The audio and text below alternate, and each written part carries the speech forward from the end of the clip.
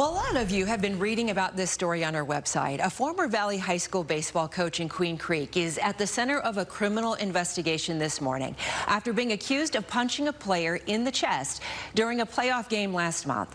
The school says David Lopez is no longer with the Queen Creek High School program, the baseball program, and the Chandler Police Department, they have recommended assault charges for the coach. Lopez's attorney did reach out to us, calling the statements, quote, baseless and bogus. We should mention you can read the entire statement on our website, azfamily.com. But again, this coach is only under investigation at the moment, is not facing charges right now. The case is being reviewed by city prosecutors. A lot of interest in this story on our website. Youth sports, no doubt, is a massive industry. As parents, we trust coaches to take care of our kids. And while there are a lot of really great coaches across all different sports, unfortunately, that is not always the case. So what can kids do if they are dealing with an abusive coach? And what kind of changes need to be implemented to protect youth athletes across the board? Joining us this morning is Eric Legg. He is an associate professor in the School of Community Resources and Development at ASU. He also happens to be an expert in the area of community sports experience, really the perfect expert to talk about this particular subject. Professor Legg, thanks for joining us this morning. And first of all, before we start the conversation, just want to say we know you're not familiar with this particular case involving the Queen Creek coach, so we won't address that specific case.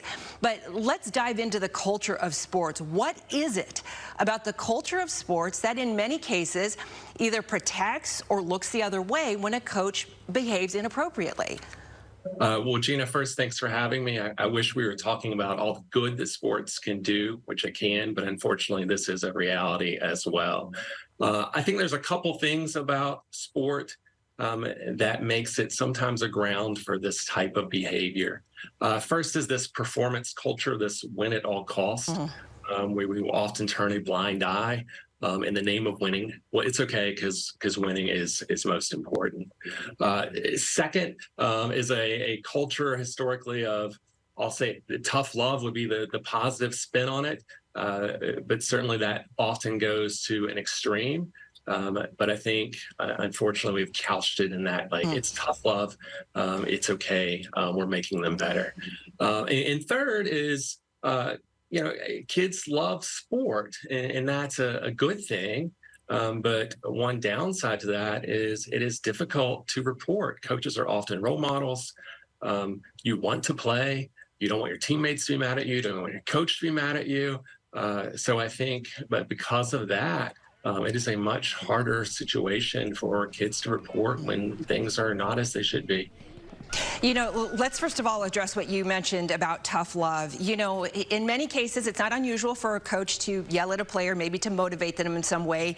I also think about, we're showing clips of football right now, some of the sports that are a little bit more physical. But at what point do you say, you know what, no, that's crossed the line, yeah, that's inappropriate?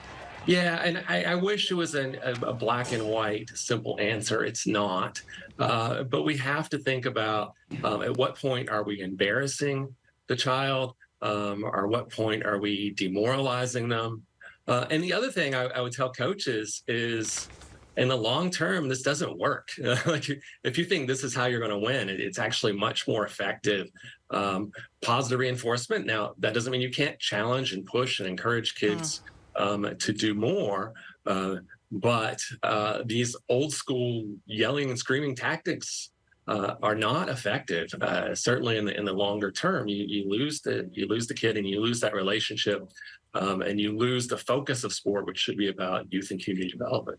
Yeah, and I think about, too, the betterment and the wholeness of a person. That there are so many life lessons that can be learned from sport. You know, you also addressed the concerns about retaliation, about, not having a positive support from fellow teammates and the coaches themselves. So what can a child or a parent do if they do decide to report, but they don't get support from, say, administrators or that coach? What do you suggest that they do? Yeah. So first of all, this is on the adults. And what we need to do as adults is create a culture of transparency, a culture where it is okay to report.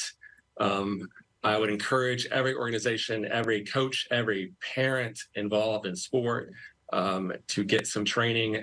U.S. Center for Safe Sport is a fantastic one that I recommend. And that talks about what's okay, what's not. How do you report? If you don't feel supported in that, go to someone else. But again, if we're in these organizations and parents, if we're getting that training, if we're creating this culture of transparency, then hopefully we're not running into those issues. Boy, we could talk on and on about this subject, but we're going to have to leave it right there. A fascinating topic, and thank you for your expertise. Thanks for joining us this morning, Great. Professor Lake. Thank you for having me.